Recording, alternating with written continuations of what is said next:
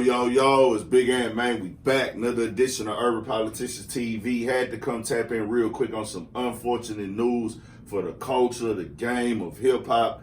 Big Meech, BMF, denied his release from prison. We know Big Meech, man, he been locked up since like 2004. We in 2021 right now.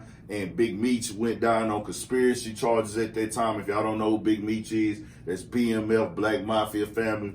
Plenty of documentaries, 50 Cent working on one right now. So we gonna tap in on that situation of him getting denied. Make sure y'all subscribe to the channel, man, Urban Politicians TV. Now this one of them things, bro, is part of the culture, making it rain in the clubs, mobbing, pulling up, lifestyle, image, record label, everything going on with BMF. So we seen Southwest T, who was Big Meech's brother, get out due to COVID situations and regulations, where he was able to get released early last year for his situation because of health issues. He had something going on with his eye, but they actually denied Big Meech's request at that time due to the fact he had different violations and everything of that nature. Sosa did an interview with Vlad and spoke on it also. Y'all make sure y'all tap into that. And shout out to Doc Hicks. He got good content on this also. So I'm going to read y'all the actual write-up, and then we'll talk about it. I'll talk about it some more, and y'all tap in, man. So I'm going to put the write-up right here for y'all to see, too. Now, this is coming from DetroitNews.com. It says, Black Mafia family leader Big Meech loses latest bid to leave prison. A federal appeals panel Thursday rejected the latest attempt from convicted Black Mafia family cocaine kingpin Demetrius Big Meech Flannery to leave federal prison 10 years early amid the COVID-19 pandemic. U.S. District Judge David Lawson did not misapply the law or rely on erroneous facts in refusing last year to grant compassionate release to Flannery during the pandemic, wrote the panel of 3 judges from the 6th U.S. Circuit Court of Appeals. Flannery, who is now 52, has drawn support from celebrities, politicians, and the broader public while serving a 30-year sentence for running one of the largest drug trafficking and money laundering rings in Detroit history. But federal prosecutors say he remains a danger to the community and does not suffer from any COVID-19 risk factors. With great respect to these cable jurists who I admire, this opinion completely missed the mark, Flannery's lawyer, Wade Flink, wrote in a text message to the Detroit News.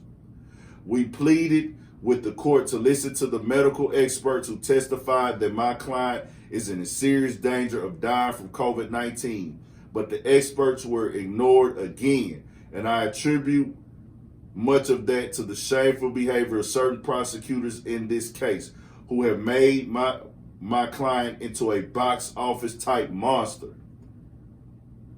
The native of Southwest Detroit headed a national drug ring with brother Terry Flannery that reaped $270 million in profits, employed more than 500 people, and distributed thousands of kilograms of cocaine. The drug ring operated in cities in 11 states, including Detroit, Alabama, Miami, St. Louis, Los Angeles, and Birmingham. Oh, I say Alabama, I mean Atlanta. Birmingham, Alabama. The Atlanta hub alone distributed 2,500 kilos a month. So his brother was released. Terry Flannery was released on home confinement last year as a part of a broader effort by officials to stem the spread of COVID-19 that, according to federal prison data, has killed at least 224 inmates and staff and infected almost 53,000. So with that going on, bro, what it's basically saying, they don't want to let Big Meech out. They fear, or they just looking like, hey, we can't let you out. We let, your brother out already. He had an eye issue and other health issues. They saying Big Meech health issues are not big enough or not serious enough for him to be released.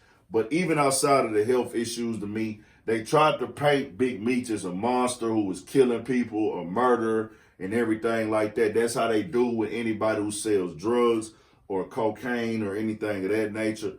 But that wasn't the case with Big Meech. He was not a violent person. From anybody you see around him, he never promoted violence. You seen him going on jets, renting out planes, buying planes, and flying everybody out to have a good time. He lived a life for the party. He lived a life of having fun. Big Meech was actually shot before, but that coming with having money, living that lifestyle, being in the club. People around him chose, like they said, to kill and do everything like that, but those were not orders from Big Meech. Like they say, he wasn't on that type of time. He was just a hustler getting money. But when these government officials, same thing like with Larry Hoover, other leaders who have a very powerful voice, when they speak and it gives volumes, it make people want to go get money and come together and unify. The government actually fears shit like that. It is what it is. He's still locked up, they said, way in Oregon, dog, and he didn't touch these maximum prison facilities and everything of that nature. And it's a fucked up situation to see that happen with Big Meech. And I feel like, bro, me personally, they gave him 30 years on a conspiracy. Mind you, like I say, y'all can go watch the Vlad interviews. Doc Hicks has a lot of good content on this. And you can see where he was never caught with any drugs, to be clear. Never sold, never got caught with none of this illegal activity. People around in this situation who got jammed up decide to cooperate or just fucking volunteer unnecessary information in most cases. And it fucked up the whole thing. But in Big Meech's case, to be fair, yeah, he took his part. He pled guilty to it. Dog been gone all these years already. They want him to serve the rest of the 10. He already been gone all these years, 30 years, man. It's like, goddamn, how long do I have to stay in here? 52 years old now, I'm going to get out when I'm 62. It's like, goddamn, I paid my debt to society, did damn near 15, 16 years already. Why not release him? Especially with COVID going on. But, you know, I feel like if you ain't dead, no, me personally, this how I am.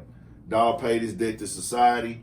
I feel like Big Meech would be good for the people, man, because if you listen to the interviews, he got an interview with on Vlad TV. I think the guy's name Favario, if I'm not mistaken, where he's basically telling the real, like, bro, this is what happened with this lifestyle. This is what goes on. He write books, 50 Cent doing this, and he's going to go out in the street. Same thing with Larry Hoover.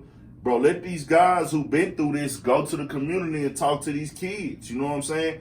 Tell these kids and tell everybody else trouble. Go to other prisons. Go to other prisons and speak. I feel like they could do more for the community, or let them be released on that matter. Release on those stipulations where, hey, I could go out to the community, bro. That'll be my job, you know, weekly or monthly.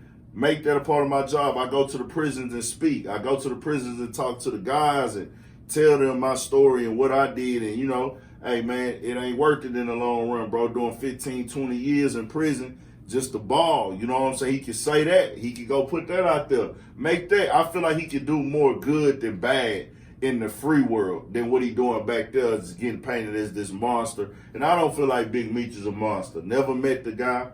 You know, I respect everything they had going on with BMF as far as that movement going in this culture. Understand, bro, whether you like drug dealers or not, whether you agree with selling drugs or not, we are in a situation where our culture does glorify selling drugs and poison to your people.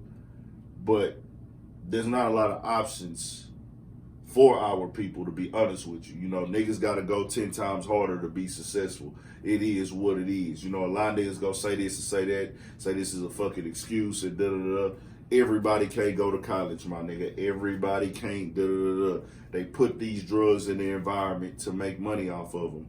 They created these drugs. They flooded the streets with these drugs. And then once somebody gets these drugs and takes it to the highest level, 250 million, 500 million, whatever they had allegedly, or however they went, they get mad. But y'all the ones bringing the shit in. That's just my whole thought process on that.